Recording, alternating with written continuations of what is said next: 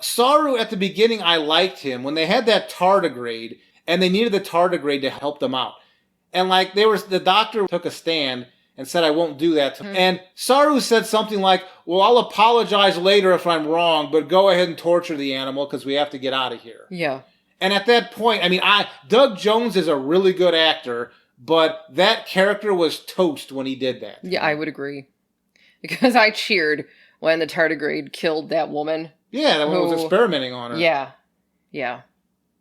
And then people give credit for Michael Burnham well, she eventually stood up. How long did she sit around while that creature was being tortured? Well, she stood there and watched. I mean, that wasn't her biggest crime. I mean, they did show her, like, being upset about the whole thing. But she just sat there for a while that creature was being tortured. She wasn't upset enough to do something about it. Not at first. No, but I mean, she was more than willing to mutiny against her mother figure. And Captain. Yeah. But when the animal was being tortured, this sentient being was being tortured because they needed it to transport them someplace else, she just stood there. I mean, in the story, they did try to show she had empathy for the creature, and I think she eventually did stand up and say this is wrong, to give her credit for that.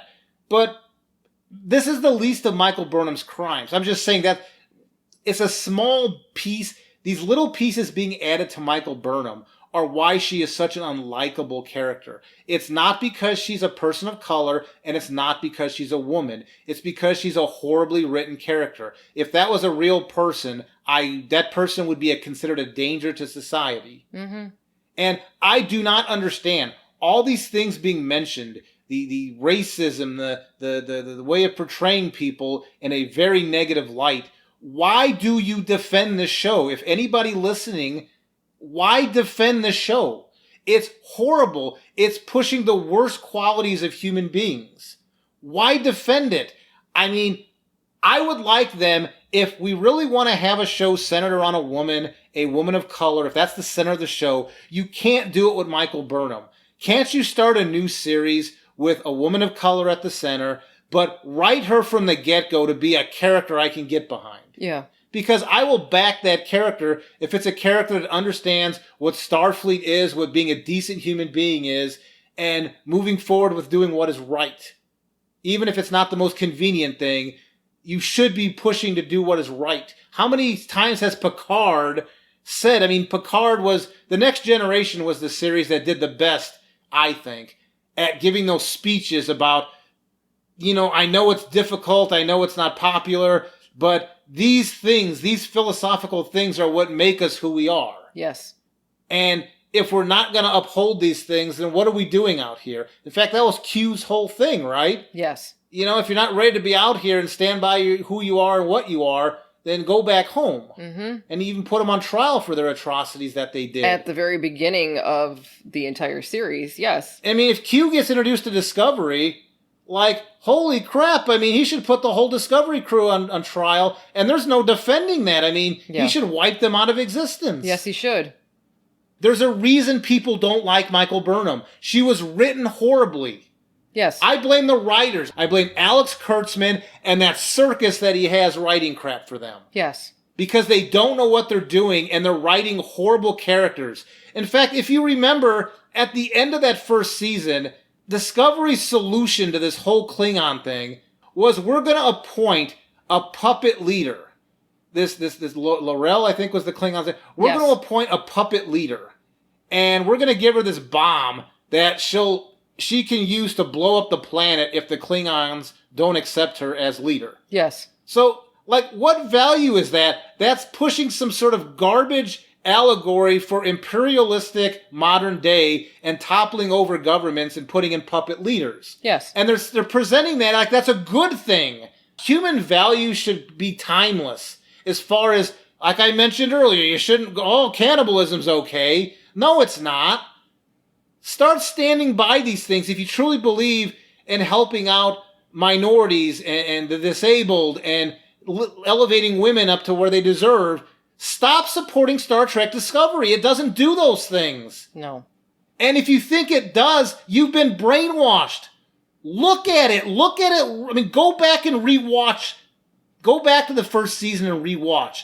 Now that it's new and all the eye candy is out of your head, Go back and watch and be critical of what they're doing with their themes. Be critical of the Michael Burnham character from the very get-go. And make sure you're defending a character that deserves to be defended. Make sure that's what you want your generation to be represented as. Because you know what? In the 60s, Captain Kirk, I'll stand by that as being a good representation of that generation. Captain Picard, Captain Janeway, and Captain Sisko, they had some issues, but overall those are three captains that you could say that represents a good piece of that generation, that late 80s and 90s generation. But what in the hell is going on with this crap? Why would you support this? It gets me so upset because some of us, like, maybe there are racists and sexists out there that just hate Sonequa Martin Green because she's a woman and a person of color. There might be people doing that. People might hate Dr. Kubler because he's gay. There might be people out there doing that. I don't know. But I know me and a lot of the people I hang around, those are not the issues on why we don't like this show. Mm-mm.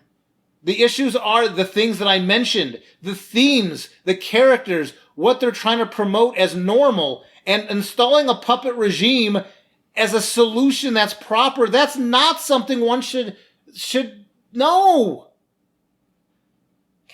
You mean justifying war crimes, torture, and regime change are bad things? Yes, and as allegories to modern day, those are absolutely the crap we're dealing with right now. And pushing that garbage on science fiction audiences to normalize that behavior. Because if you remember, in the Next Generation, when the Klingon Civil War started, Captain Picard had to pull away from that whole thing. And he told Worf that we got to back out of this, and that's when Worf separated from Starfleet. Yes. But the Federation backed away like we're not getting in the middle of this. Yes. And it was the Romulans that were being conniving jerks that were trying to interfere with things. Mm-hmm. So back then, the moral lesson was the Romulans were bad people because they were trying to influence an internal matter between the Klingon Empire. The Federation, via Picard, knew that was not something the Federation should be meddling in. But in Discovery, here, not only will we back you up so you can be the puppet leader, we'll give you a bomb so you can blow up the planet if they don't go along with our plan. And there was no indication that was a bluff. There was that was an actual thing that the narrative was setting up that L'Rell was going to do if they didn't back it up. Gee, I can't imagine why a people would reject a leader who was installed by a foreign government and is maintaining control through threat of blowing up the planet. Especially Klingons. If I those back to Klingons from the Next Generation era, oh my gosh, that's traitor. How much of the storyline with Worf and his dad? Well, I'll tell you what, L'Rell had no honor.